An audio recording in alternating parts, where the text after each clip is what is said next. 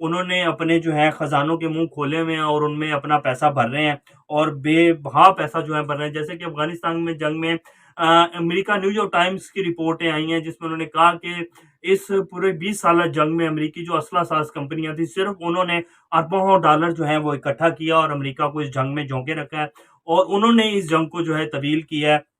اور وہ پینٹاگون اور تھنک ٹینکس میں ان کے بڑے اسٹرانگ آپ کہہ لیں کہ ہاتھ ہیں اور پالیسی بنانے میں.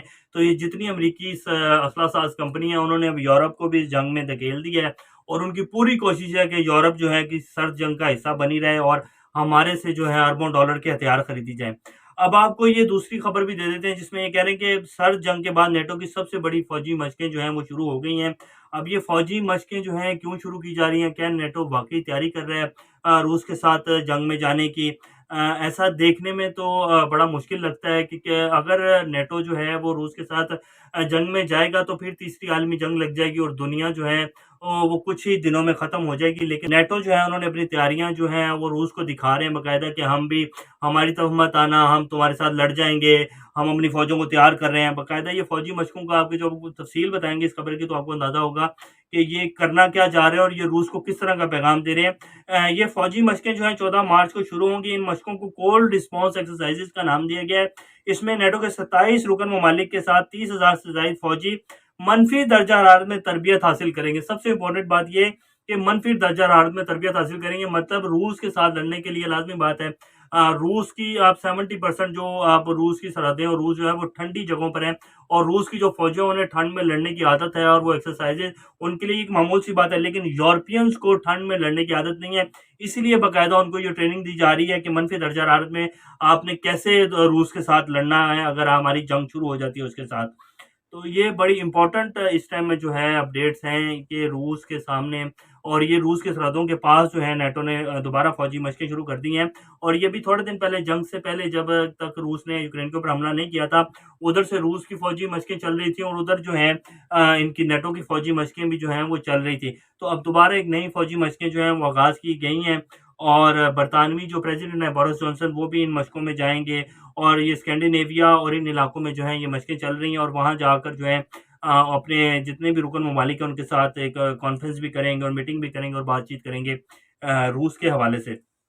اب ہم آپ کو دوسری لاسٹ جو ہماری خبر ہے رائٹرز کی جس میں چائنا کے اور امریکن کے ٹاپ ڈپلومیٹس جو ہیں آج مل رہے ہیں روم میں اور امریکہ بارہا وارن کر رہے ہیں چائنا کو کہ آپ روس کے جو بازو پکڑ رہے ہیں اور روس کے پل کا کردار ادا کر رہے ہیں روس کی معیشت کو ڈوبنے سے بچانے کے لیے یہ مت کریں. چائنا آپ امریکہ آپ کو وارننگز دے رہا ہے اور ہم آپ کے اوپر سینکشن لگا دیں گے. یہ رائٹرز کی خبر ہے جو آپ کی اسکرین کے اوپر چلا بھی دیتے ہیں اور آپ سن لیں. China phases consequences if it helps Russia evade sanctions, US says. US National Security Advisor Jake Sullivan, who is due to meet with Chinese top diplomats Yang Jiechi in Rome on Monday, warned Beijing it would absolutely face consequences if it helps Moscow evade sweeping sanctions over the war in Ukraine.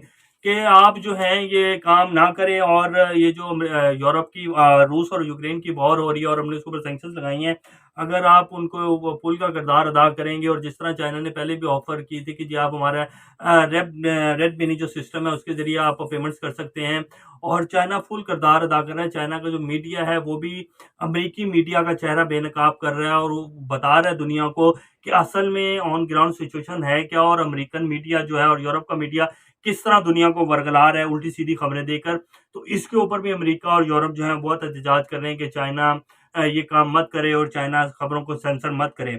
اب U S China یہ Asian Times کی خبر ہے جس میں کہہ رہے ہیں کہ U S China moment of decision in Rome کہ یو ایس اور چائنا کا یہ آخری مومنٹ ہے ڈیسیجن کا روم میں کہ چائنا کس طرف کھڑا ہوگا اور امریکہ کس طرف کھڑا ہوگا. تو چائنا واضح ہے انہوں نے روس کے ساتھ کھڑا ہونا ہے. روس نے مدد بھی مانگی ہے فوجی مدد بھی مانگی ہے اور کہا ہے کہ جی مجھے اسلحہ بھی فراہم کرے چائنا.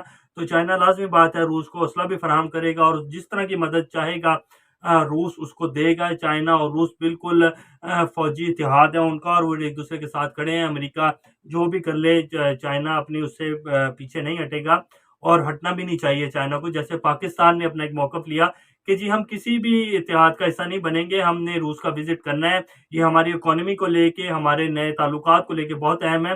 آپ کے ساتھ جو ہمارے تعلقات ہیں وہ الگ ہیں، لیکن ہم روس کا بھی وزٹ آپ کے کہنے کے اوپر، یورپ اور امریکہ کے کہنے اوپر کینسل نہیں کریں گے۔ تو اس طرح چائنا کا بھی اپنا اتحاد ہے، وہ کبھی بھی کینسل نہیں کرے گا، اس امداد کو نہیں روکے گا۔ تو چائنا روس کے ساتھ کھڑا ہے۔